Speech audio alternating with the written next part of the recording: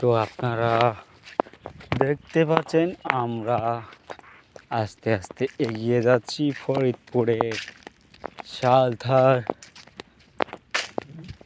পাহাড়ের বিলের দিকে।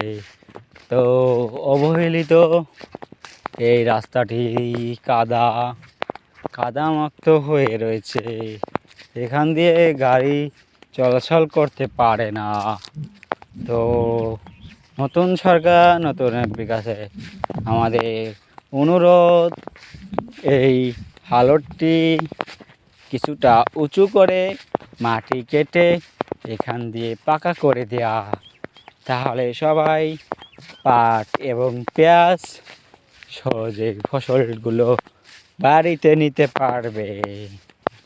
তো অনেক ভালো হবে, কৃষকরা খুশি হবে। নতুন সরকার নতুন এমপির জন্য দোয়া করবে কৃষকরা। তো ভিডিওটি ভালো লাগলে সবাই লাইক করে শেয়ার করে দিবেন।